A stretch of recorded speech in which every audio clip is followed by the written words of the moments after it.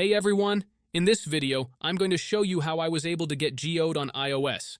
As you can see on my iPhone, I already have it installed and working, and it's all thanks to the method I'm about to share with you. The best part? It's super easy to do, and you don't even need a computer. All you have to do is watch this video and follow each step carefully. Trust me, by the time this video ends, you'll be able to use Geode on your iPhone with no problem. Let's get started. Before you can use this method, there are some settings you need to change. These settings apply only for iOS devices. If you are on an Android device, you can skip this part and move on to the next step.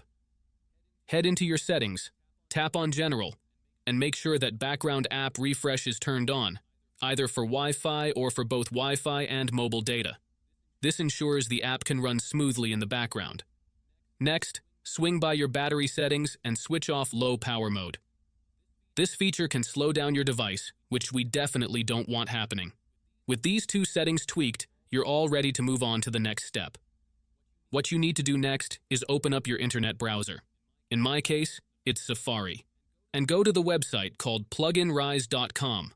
Pluginrise is a website where you can find many apps and games with awesome features. Once you are on the website, search for Geode and click on it. To get started, simply click the download button and give it a moment to install. Depending on your internet connection, it might take a little bit, but once it's finished, you'll automatically be redirected to a page that says Installation Completed. At that point, the app will pop up on your home screen and you're good to go. Now, if it's your first time using the site, there are a couple of extra steps to complete, but don't worry, it's super simple. You'll be directed to a website with a video tutorial that walks you through everything step by step.